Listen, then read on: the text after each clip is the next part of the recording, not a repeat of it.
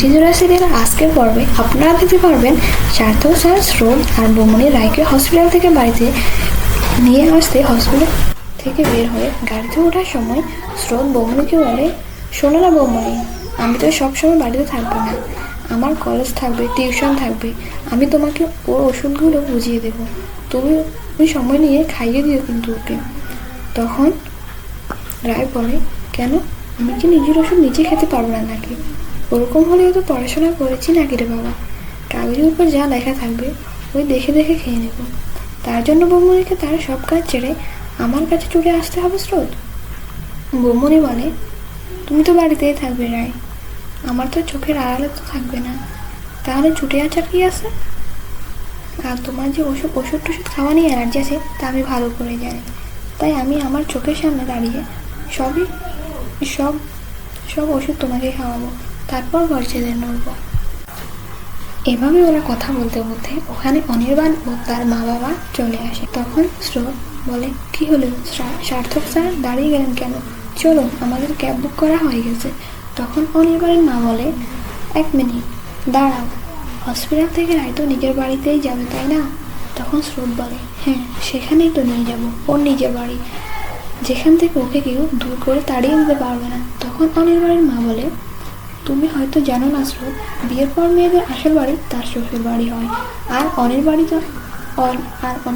বাড়ি এখন রায়ের বাড়ি। তখন স্রোত বলে, আমি জানি অনির্বাণদার একটা নিজের বাড়ি আছে, কিন্তু সেটাকে তো দিদিভাইয়ের নিজের বাড়ি বলা যায় না। দিদিভাইয়ের নিজের বাড়ি সেইটা যেখানে দিদিভাই নিজের অধিকারে থাকতে পারবে।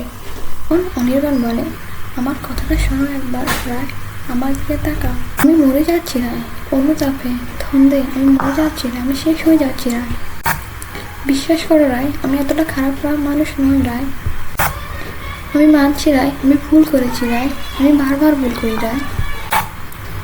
তখন রায় বলে, বৌমনি, আমাকে একটু জল দিবে প্লিজ? তখন অনির্বাণ বলে, রায়, তুমি শুনতে পারছো না আমার কথা, বুঝতে পারছো না, নাকি বুঝতে চেষ্টা করছো না, নাকি বুঝতে চাইছো না?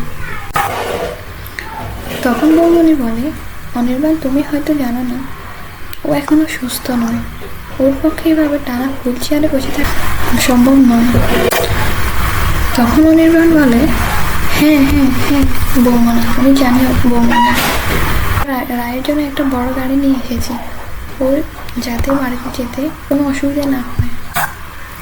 তখন অনির্বাণ সার্থক স্যারকে বলে, থ্যাংক ইউ ডক্টর, আপনি আমার স্ত্রীকে সুস্থ করে তুলেছেন, আমি আপনার কাছে কি দরকার, দায়িত্ব আমি নিচ্ছি। তখন স্রোত বলে, এনাফ অনির্বাণদা, অনেক আমি করেছ। তখন অনির্বাণের মা বলে, স্রোত, তুমি আমার ছেলের সাথে এভাবে কথা বলছো কেন?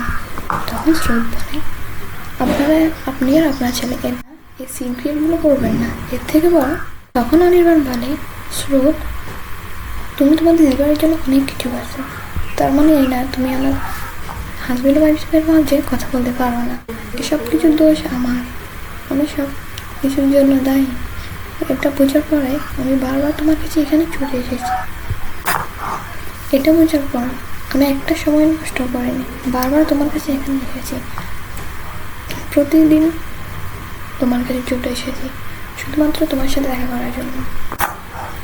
তখন বৌমনি বলে ওঠে, না অনির্বাণ, সব অপরাধের ক্ষমা হয় না, একটা মানুষের মনকে খুন করা সেই রকমের অপরাধ, একটা মানুষকে খুন করা যেমন অপরাধ বাড়ি যান, আর সেই খুনটা তুমি একবার না বারবার করেছ। তুমি রায়ের বন্ধু, বর, শুভাকাঙ্ক্ষী কিছুই হওয়া যোগ্য নয়। তুমি রায়কে কি মনে করেছিল বলে তো, যে বারবার ওকে শুধু অপমানই করা যায়?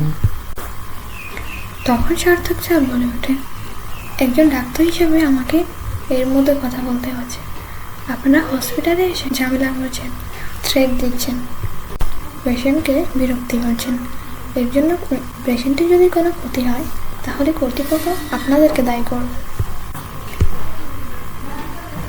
এরপর অনির্বাণের মা স্রোতকে বলল, স্রোত, তুমি তোমার ইগোকে আগিয়ে রাখছো, তুমি তোমার ইগোর জন্য রায়ের ভালোটাও চোখে দেখতে পারছো না, ওর এখন ভালোভাবে বেঁচে থাকার জন্য যেটা দরকার সেটা তোমাদের বাড়ি থেকে নিতে পারবে না স্রোত।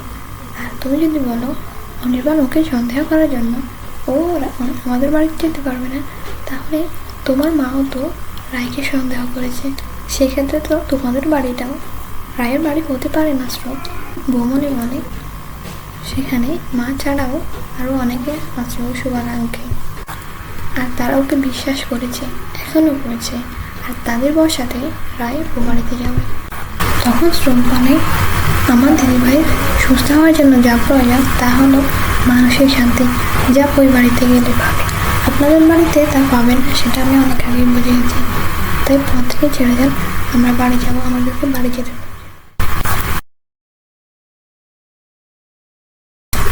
আর তা যদি না করে তাহলে আমি সিকিউরিটি রাখতে বাধ্য হব, আর তা করতে আমাকে বাধ্য।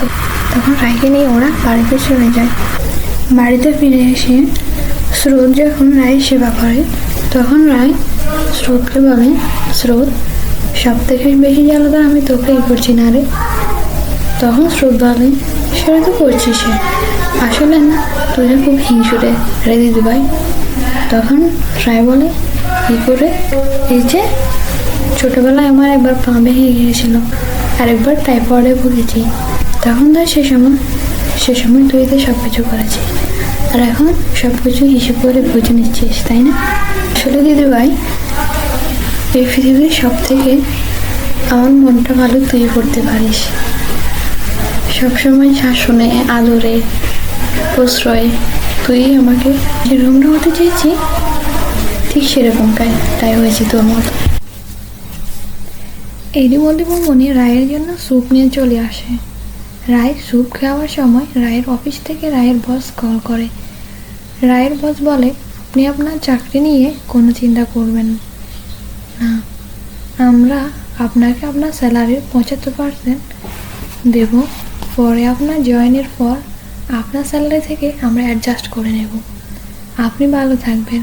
তখন রায় খুশি হয়ে বলে স্যার আমি আপনাদের কাছে কতটা কৃতজ্ঞ তা বলে বুঝতে পারবো না। তখন বৌমনি ও স্রোত জিজ্ঞেস করলো কী হয়েছে। রায় তখন স্যারের কথাগুলো তাদেরকে বলল। আর এরই মধ্যে দিয়ে মিঠিজোড়া সিরিয়াল আজকের পর্ব শেষ হলো। এই পর্ব ভালো লাগলে পরবর্তী পর্বের জন্য চ্যানেলটি লাইক, সাবস্ক্রাইব এবং শেয়ার করতে ভুলবেন না।